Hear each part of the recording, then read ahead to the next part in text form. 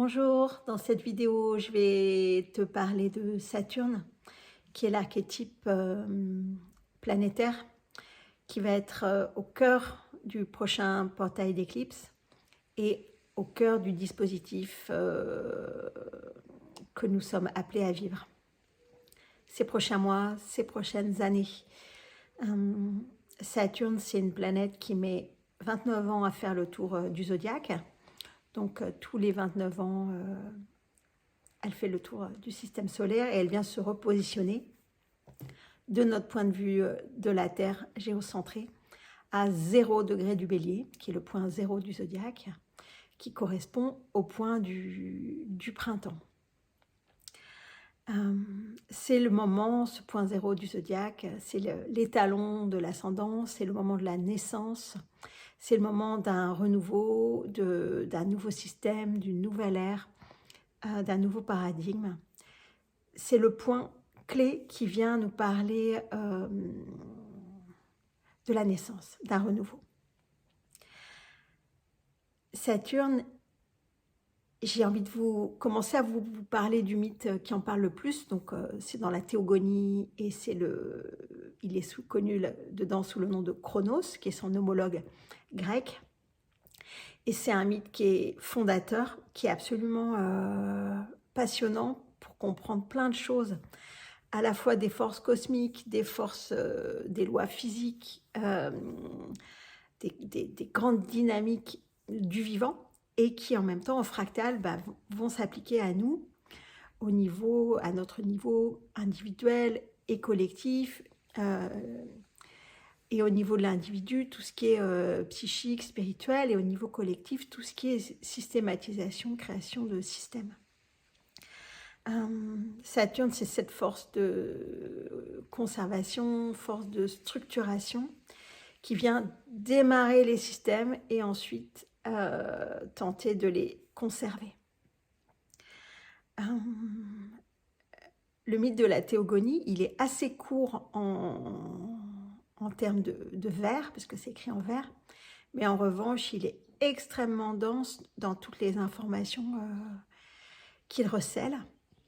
Et je me suis pris de passion pour ce mythe cet été et j'ai envie de commencer à vous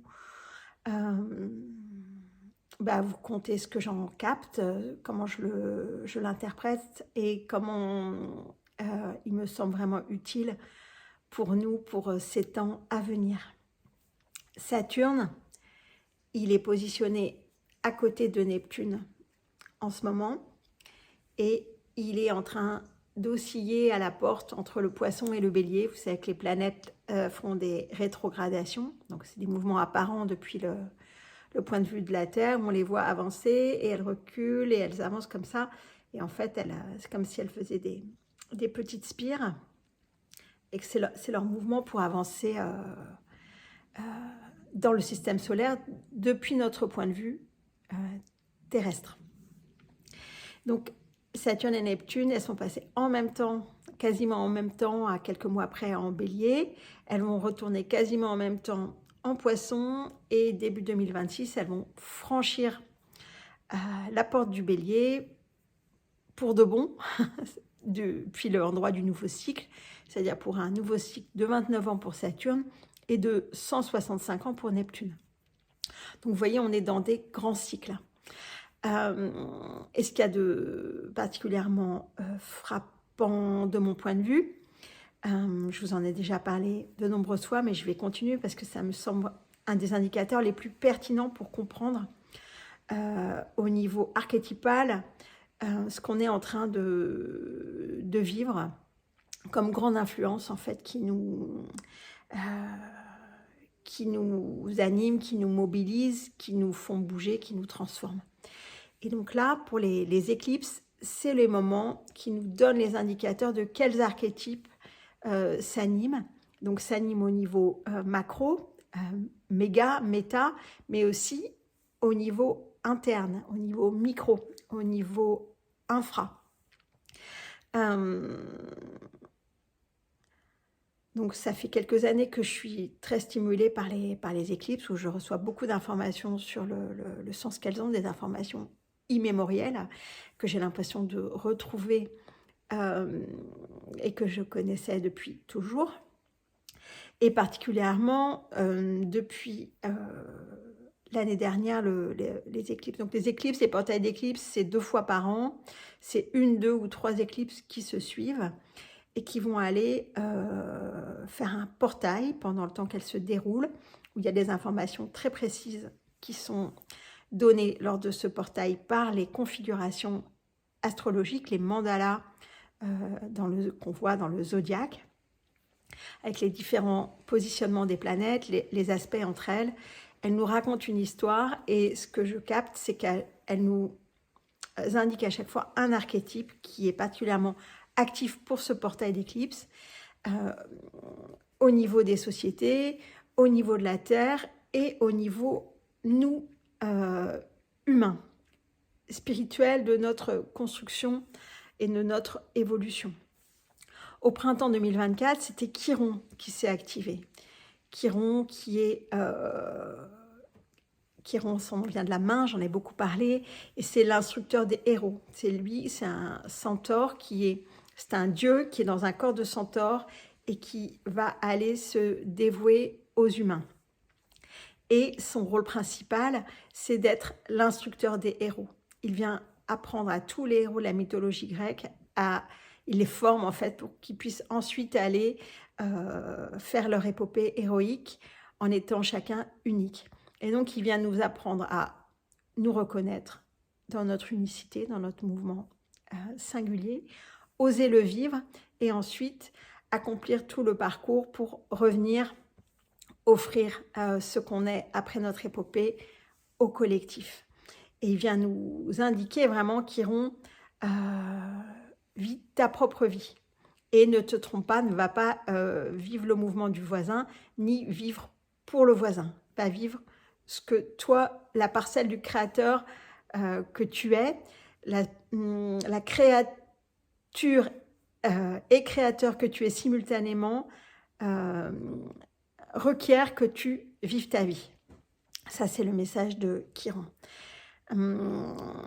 Les éclipses d'après, donc qui étaient en automne 2024, là, c'est les lunes noires qui ont été très activées par le portail d'éclipse. Donc, quand je dis que c'est activé par le portail d'éclipse, Chiron était conjoint avec Soleil et Lune au printemps. Les lunes noires étaient conjointes avec Soleil et Lune à l'automne en Balance. Et là, c'était le message, est-ce que tu connais tes démons, les monstres en toi, les forces profondes qui t'animent de manière inconsciente et que tu réprouves en fait, dont tu as honte, que tu réprouves, mais que tant que c'est dans le déni, tant que c'est refoulé trop loin, ça te prend énormément d'énergie et elles vont aller être là un peu comme des pièges tendus tant que tu n'en as pas conscience. Et donc c'est tout l'apprentissage d'aller maîtriser ces forces-là pour les mettre au service de notre soleil. Soleil représentant l'étoile que nous sommes, en amont de notre incarnation. Dans ma compréhension, nous sommes des émanations stellaires, des émanations d'étoiles avant tout. Donc le soleil va représenter ça en astro, il va représenter notre centre, la lumière dont nous sommes issus, et l'étoile principale depuis laquelle nous émanons en tant que présence, conscience, puissance sur Terre. Donc là, c'était apprendre à mettre ces forces archaïques,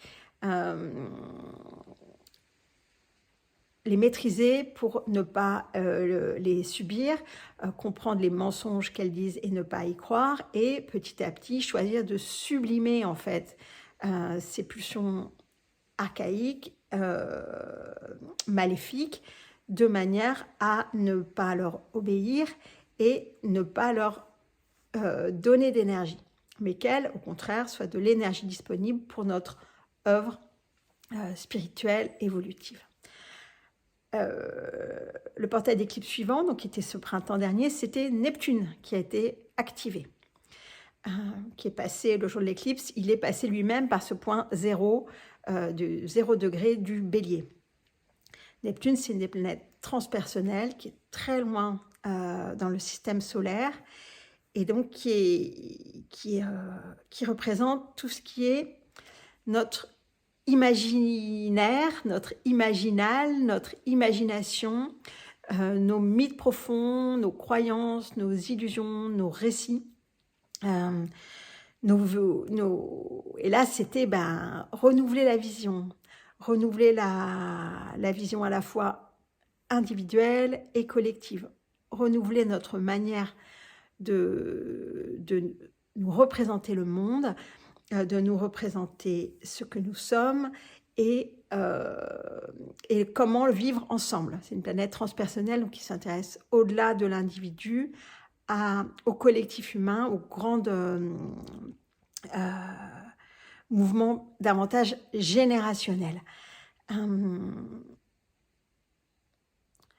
Neptune, il sortait du Poisson qui est son signe. Et du coup, il y avait aussi l'appel à sortir de l'illusion, sortir du rêve, poser des choix de vision, aller se positionner en termes de conscience. Ça, c'est le portail. On est encore, en fait, dans l'intégration de ce portail, puisqu'il y a le portail d'éclipse qui dure à peu près, donc si c'est une éclipse, un instant, 2 éclipses, 2 semaines, d'une nouvelle lune à une pleine lune ou inversement. Et si c'est 3 éclipses, toute une lunaison, soit de pleine lune à pleine lune, soit de nouvelle lune à nouvelle lune. La plupart du temps, c'est 15 jours, c'est 2 éclipses à suivre. Et donc, il y a le portail qui vient donner la signification archétypale des forces en présence, en jeu, des grandes dynamiques cosmiques. Et ensuite, pendant à peu près 5 mois et demi jusqu'au portail d'après, on expérimente, nous. On expérimente en tant qu'humain individuel, en tant que collectif, en tant que civilisation, en tant que société. Et en fait, avec les forces en présence, on intègre ce qui est là. Et de mon point de vue, on essaie de le vivre avec toujours davantage de présence, conscience et puissance, de manière à évoluer en tant qu'être humain spirituel, gardien du vivant, porteur de vérité, d'amour et de sens sur Terre, de conscience. De mon point de vue, c'est un peu notre mission humaine. Donc là, on est encore dans la fin du portail d'éclipse de Neptune, du renouveau du rêve neptunien.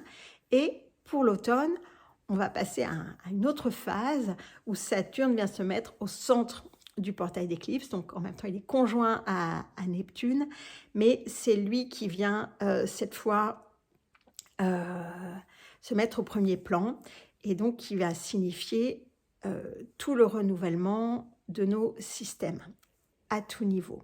Système individuel, système d'adaptation, système de réponse, de défense, système d'assurance interne, structuration, notre système de réponse, notre manière de répondre à la vie. Tout ça va être remis en mouvement par ce passage de Saturne qui est activé par les éclipses, et de même au niveau collectif, relationnel, familial, social, civilisationnel. Donc, c'est un petit peu la promesse d'un grand changement de paradigme.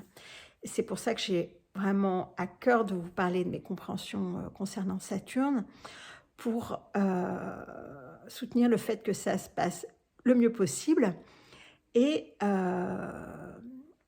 qu'on puisse faire une alliance saine avec Saturne. Un des phrases clés pour moi pour cette période, ça va être assainir Saturne en nous. Saturne, traditionnellement, il a mauvaise presse auprès des astrologues, il est appelé le grand maléfique. Donc, c'est vous dire que c'est pas vraiment lui rendre honneur. Et en ce qui me concerne, j'éprouve un grand amour pour Saturne, c'est une des planètes dominantes de mon thème, et je lui rends grâce parce que c'est lui qui va nous permettre de nous verticaliser, d'être intègres, de répondre aux défis de la vie, d'être fiable, de pouvoir incarner véritablement une idée, il est vraiment précieux.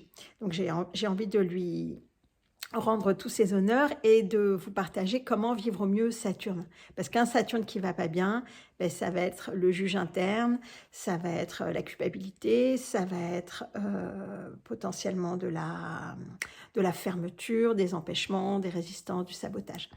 Donc on va aller voir tout ça là dans la prochaine série de vidéos. Je vais vous présenter le mythe qui nous parle le plus intimement de Saturne en nous, notamment au niveau psychique interne profond. Et puis, je vais commencer à vous proposer des pistes pour bien le vivre. Et tout un accompagnement est proposé cet automne par Grégoire Heinrich et moi pour passer ensemble tout ce portail d'éclipse et toute la période de l'automne et du début de l'hiver jusqu'aux éclipses suivantes, tant il nous apparaît important là de traverser ensemble, en collectif, en communauté, de manière à pouvoir nous entraider, à pouvoir véritablement être en conscience avec tout ce qui se passe et franchir chaque étape d'intégration, chaque pas, en n'étant pas seul et en étant guidé par l'inspiration interne, par la connexion profonde aux archétypes, par aussi les messages des astres au fur et à mesure de toute cette période. Donc je vous dis à bientôt pour la suite de cette présentation et tout de bon à vous.